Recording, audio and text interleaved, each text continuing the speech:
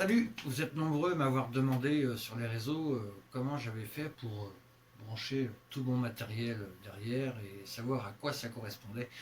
Donc plutôt que de vous faire un croquis, j'ai préféré faire une petite vidéo de vive voix. Allez, je vous explique tout ça, c'est parti.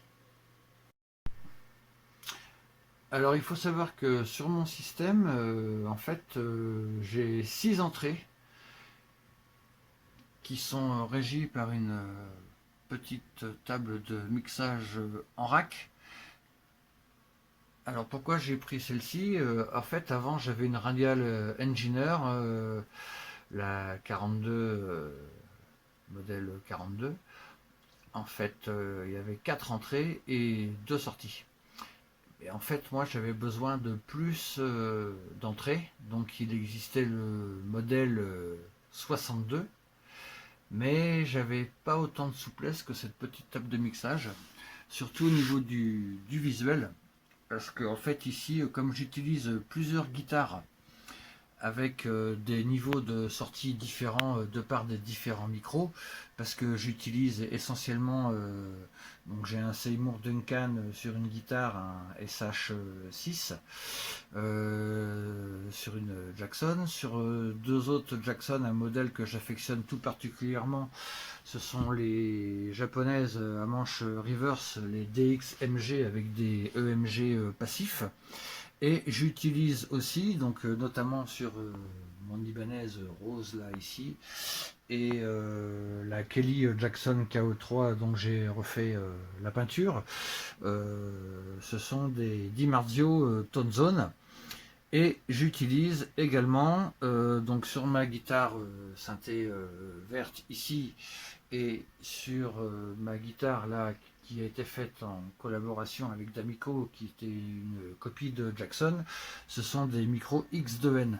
Donc j'avais besoin de plusieurs entrées pour pouvoir gérer tous mes volumes, pour que tout rentre dans l'Helix rack avec le même niveau. Donc ce que j'ai fait, c'est que donc j'ai pris cette petite table LD système, et donc là on voit que c'est numéroté de 1 à 6. Donc de 1 à 6, ce sont mes entrées. Donc chaque numéro correspond à une source.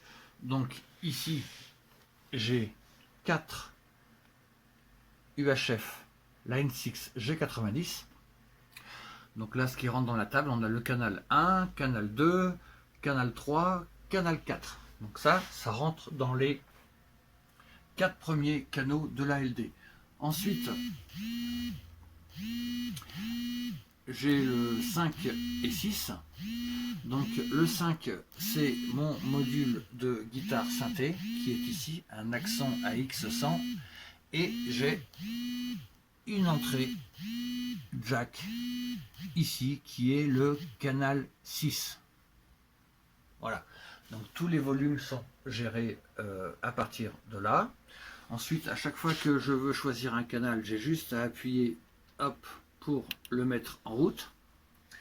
Et ensuite, au niveau des Line 6, donc on m'a posé la question, donc oui, effectivement, on peut changer les couleurs de la façade en rétroéclairé de chaque élément.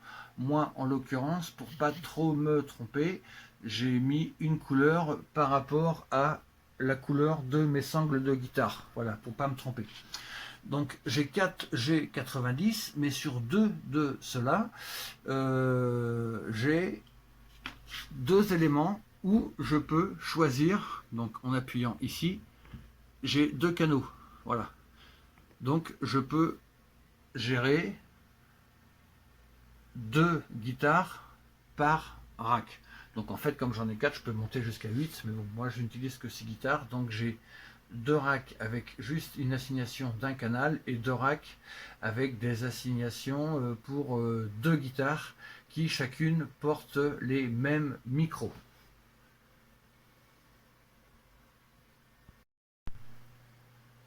Pour ce qui est de la visibilité, j'ai assigné chaque rack avec le nom de la guitare qui correspond. Donc ça se fait directement sur les TBP12 de la N6, les émetteurs. Il suffit d'appuyer sur le bouton Select, on reste appuyé dessus, et après vous avez différents menus et vous pouvez changer le nom en façade. Au lieu que ça soit marqué TBT6 là, TBP12 pardon, et ben vous pouvez mettre les noms des guitares pour encore une meilleure visibilité. Voilà, donc ensuite je vais vous montrer comment se font les connexions à l'arrière des G90, parce que là, comme vous avez pu vous en apercevoir, avec 4 modules G86, je n'utilise que 2 antennes sur un seul rack. Alors voici l'arrière donc de mes 4 UHF. Donc en fait c'est l'unité du bas qui détient les antennes en façade, et à chaque fois je repars sur l'unité supérieure en n'oubliant pas de mettre les bouchons au dernier UHF pour éviter les parasites. Voilà, et là c'est mes sorties. Donc j'ai le premier qui est en jack et qui rentre en XLR sur la table LD, et les 3 autres c'est XLR XLR. Voilà, donc là j'ai mes 4 UHF branchés, tous en parallèle. Au niveau préamp multi-effet, moi je n'utilise plus d'ampli depuis maintenant une bonne dizaine d'années. J'utilise uniquement l'Helix rack.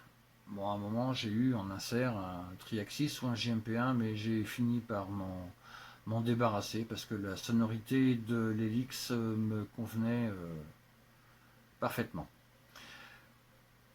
Donc lorsque je sors de la table LD, je sors donc en mono et je rentre sur le input guitare de l'Helix. Alors je ne peux pas rentrer à l'arrière. À l'arrière il y a une entrée au niveau de l'Helix, mais on ne peut pas dans le menu déroulant des volumes input-output changer le paramètre. C'est le seul qu'on ne puisse pas changer, et cet input est prévu essentiellement pour des guitares actives. Donc moi ce que je n'ai pas. Donc c'est pour ça que j'ai tiré mon câble un peu caché, que je le fais venir en façade sur le guitar in. Ensuite au niveau de l'Helix, donc j'utilise les 2 sorties XLR et les 2 sorties jack que je rentre dans un mixeur, le SM10 de Samson. Donc c'est pour ça que là vous voyez j'ai 3 assignations d'Helix. Donc les 2 de gauche c'est les 2 sorties XLR, la troisième c'est la sortie jack. Ensuite j'utilise, ça c'est la sortie son clavier de l'Axon AX100 MK2. Ensuite j'ai un Korg que parfois j'utilise sur scène pour faire des nappes sur certains morceaux.